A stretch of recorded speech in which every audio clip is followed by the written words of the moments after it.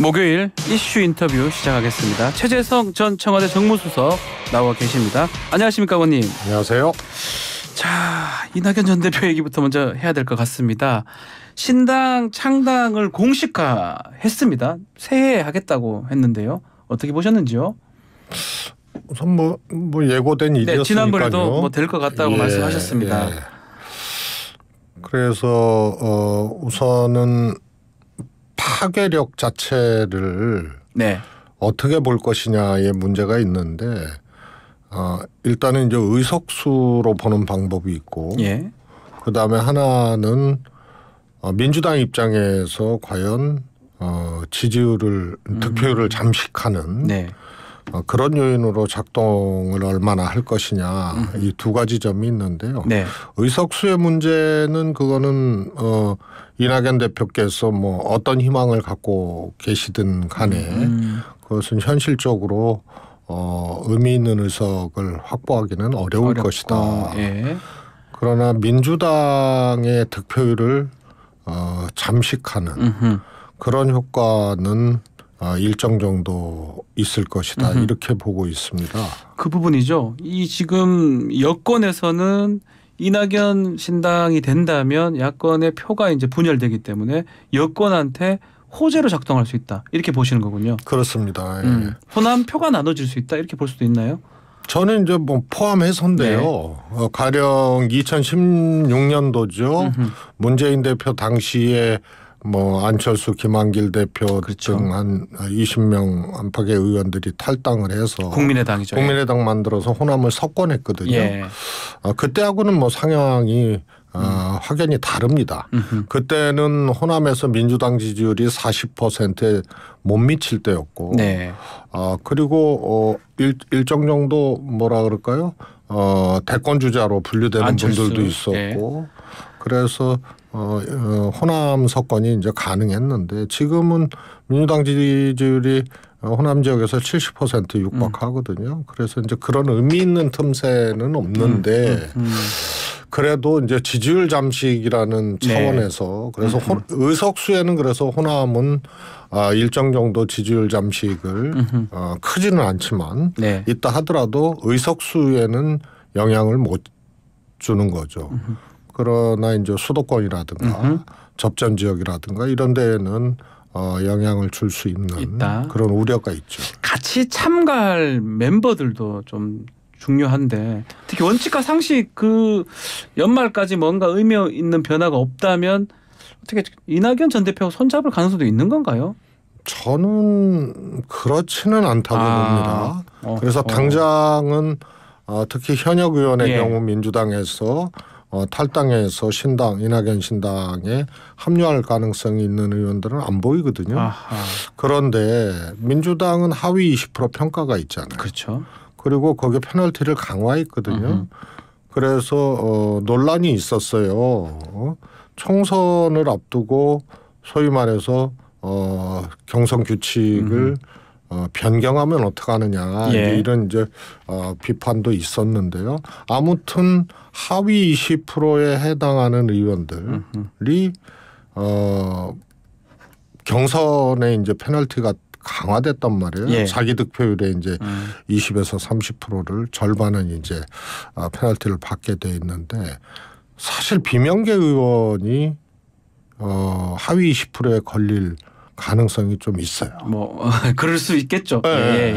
아니 그건 뭐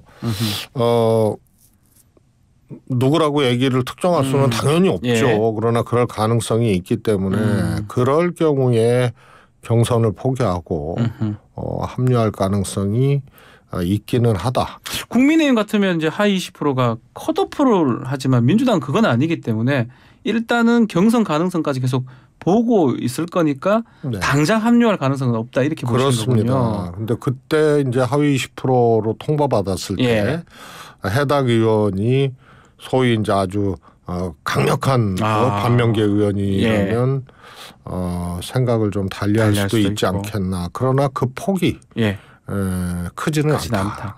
그렇다면 결국은 다른 제3지대인데 뭐 이준석 전 대표 얘기하지 않을 수가 없는 상황입니다. 어쨌든 간에 연대의 가능성이 있을까요? 이준석 전 대표. 아니 뭐 지금 뭐 있는 금태섭, 양향자 이런 어떤 좀 큰 제3지대하고 같이 할 가능성 그 부분 어떻게 보십니까? 저는 이준석 대표가 신당을 하더라도 네.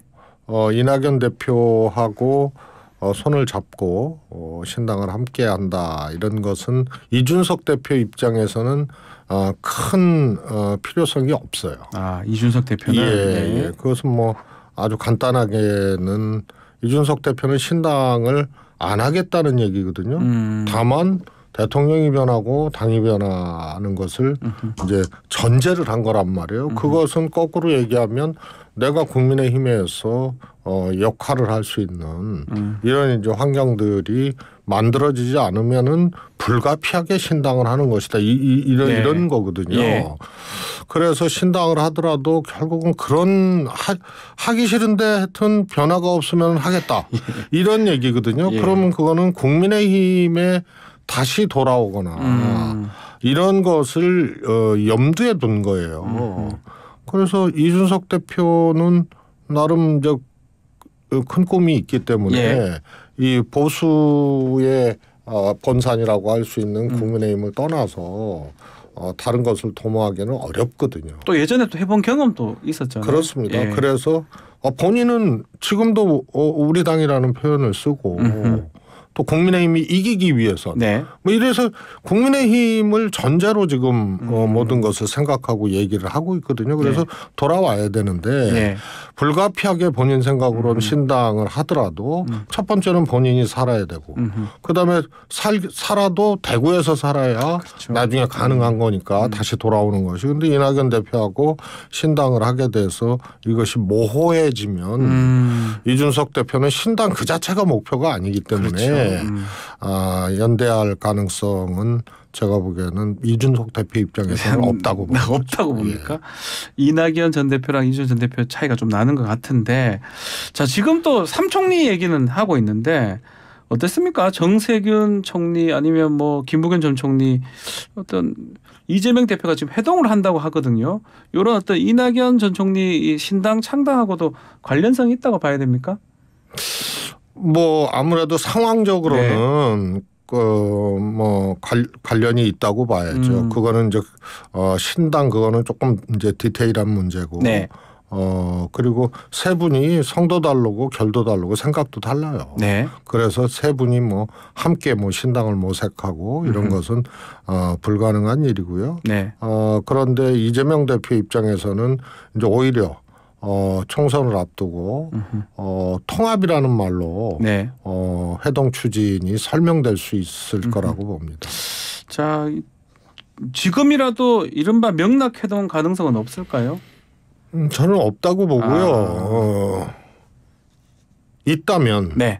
이재명 대표가 이 이낙연 전 총리를 찾아가서 만류하는 이런 장면은 있을 수 있어도 네. 소위 말해서 회동이라는 이름으로 두 분이 만나서 무엇을 할 수 있는 네. 그런 시기도 환경도 아니다라고. 좀 전에 이제 언급한 민주당이 이제 호남에서 한 70% 정도 나온다는 이 조사가 최근 여론조사 기준으로 말씀드리면 데일리안이 여론조사 공정에 지난 12월 11일부터 12일 조사한 내용입니다.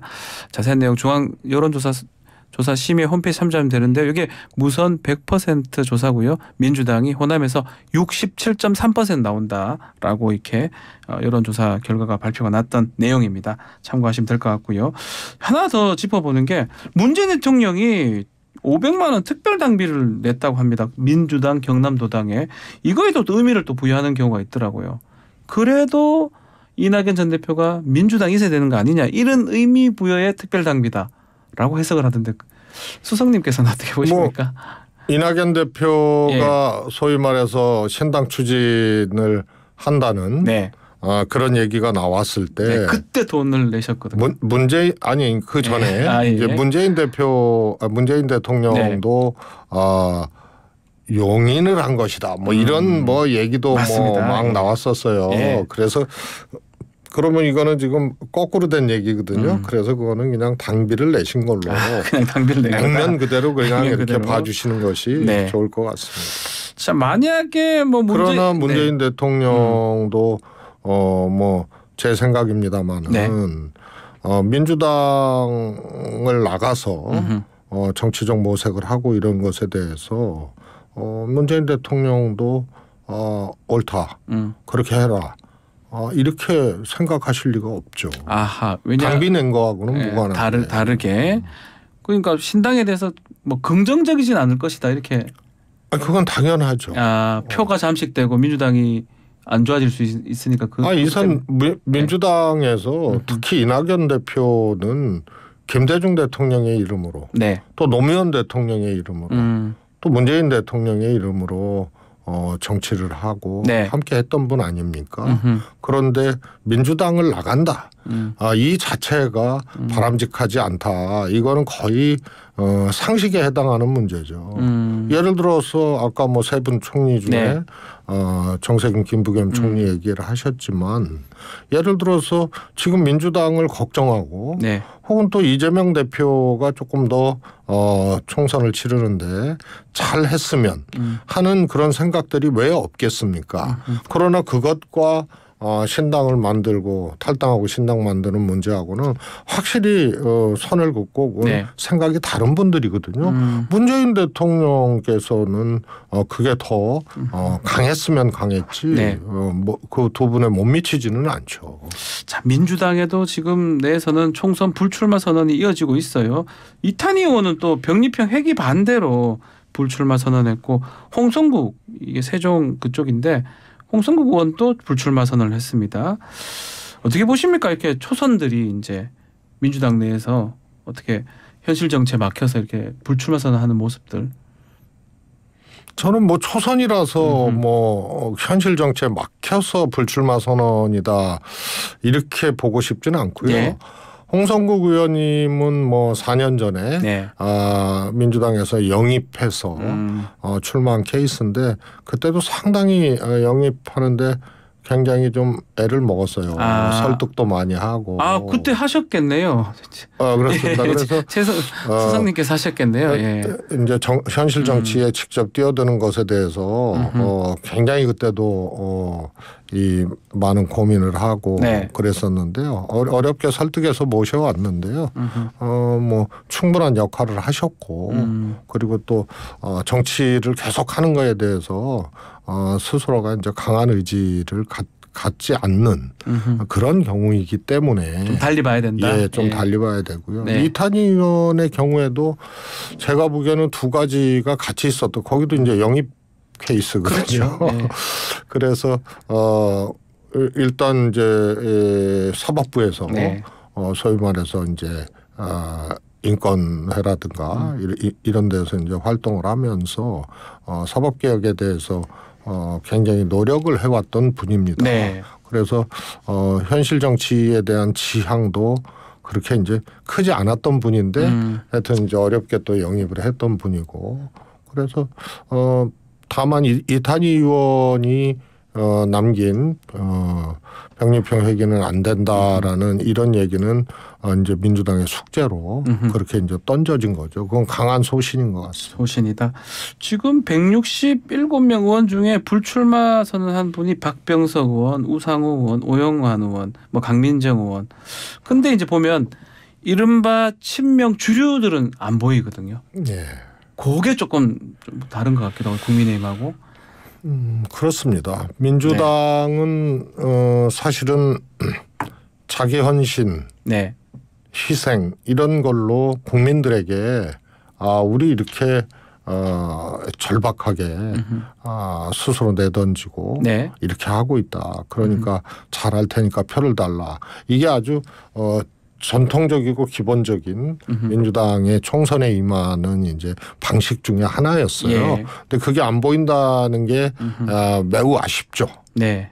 그리고 공교롭게도 불출마하시는 분들이 또 소위 말해서 이제 지금 당 대표의 지근거리에 있는 네. 분들이 아니라는 점, 이런 점들이 이제 민주당에 좀 어떻게 보면 총선에 이제 숙제처럼 지금 남게 되는 겁니다. 이게 국민의힘의 인적 쇄신하고 좀 비교가 돼서 밀릴 수 있는 거 아닌가요? 국민의힘은요. 예. 엄격히 얘기하면 인적 쇄신이 아니죠. 쇄신이 아니고 거기는 숙청이에요. 숙청이요? 그렇죠. 김기현 대표가 대표직 물러나는 거 이후에 이제 만약에 불출마를 하게 되는 네. 거 숙청이죠. 장제원도 마찬가지죠. 그래서 혁신이나 쇄신이라 하면은 우선 자발적이어야 되거든요. 네. 강한 절박감을 갖고 자발적이어야 되는데 자발적이지가 않아요. 그다음에 왜 그만뒀는지가 불분명해요. 김기현 대표 같은 경우에는 잘 못하고 있다. 그런데 잘못하고 있다에 대한 이제 구체적인 근거가 없거든요. 예. 그리고 강서 보궐선거 책임 이것도 당에 있다기보다는 용산에 있는 거거든요. 예. 그래서 이 책임의 순위로 따지면 당대표가 물러나야 될 큰 어떤 계기나 그런 어떤 책임에 해당하는 것들이 없어요. 예. 그래서 저거는 숙청이다. 그래서 국민들이 보기에도 과거에 이제 총선 앞두고 자기를 던지거나 당을 위해서 내가 이렇게 하게 이 두 분들 장제원 김기현 두 분도 당의 승리를 위해서 윤 정부 성공을 위해서 이렇게 얘기를 하는데 이게 매우 어색한 거거든요. 어색하다. 그래서 예. 과거에 그렇게 내던지고 헌신하고 하는 거하고는 완전히 장면도 다르고 성격이 다른 거예요. 그래서 이거는 쇄신이 아니고 숙청입니다. 숙청이다. 그런데 민주당은 아무것도 없다는 게 문제죠. 그래서 가장 큰 인적 쇄신 중에 이게 맞는지 모르겠지만 이재명 대표 불출마하면 좋은 거 아니냐라고 비명계는 얘기를 하는 것 같습니다. 제가 처음 얘기했는데요. 예. 이재명 대표가 험지 출마를 한다. 이게 무슨 의미가 있어요? 총선을 지휘해야 되는데. 네. 그래서 그건 무책임한 거거든요. 그럼 옛날처럼 비례대표를 한다. 이것도 조금 납득하기 어려운 그런 선택이고요. 네. 그러면은 배수의 진을 치려면은 불출마밖에 없는 거예요. 그래서 그것이 이제 고민을 하고 계시리라고 저는 믿습니다만 험지가 어딥니까? 근데 접전지만 가도 험지가 아니고 접전 지역만 가도 이재명 대표는 빛이 바라는 거예요. 네. 그런 선택이. 알겠습니다. 그래서 저는 불출마를 얘기를 한 거고요. 아마 민주당은 사무총장이 조정식 사무총장. 예. 공천 과정에서 스스로의 문제를 어떻게 할 거냐가 뇌관이 될 가능성이 큽니다. 알겠습니다. 자, 오늘 말씀 여기까지 듣겠습니다. 최재성 전 수석과 함께했습니다. 감사합니다. 감사합니다.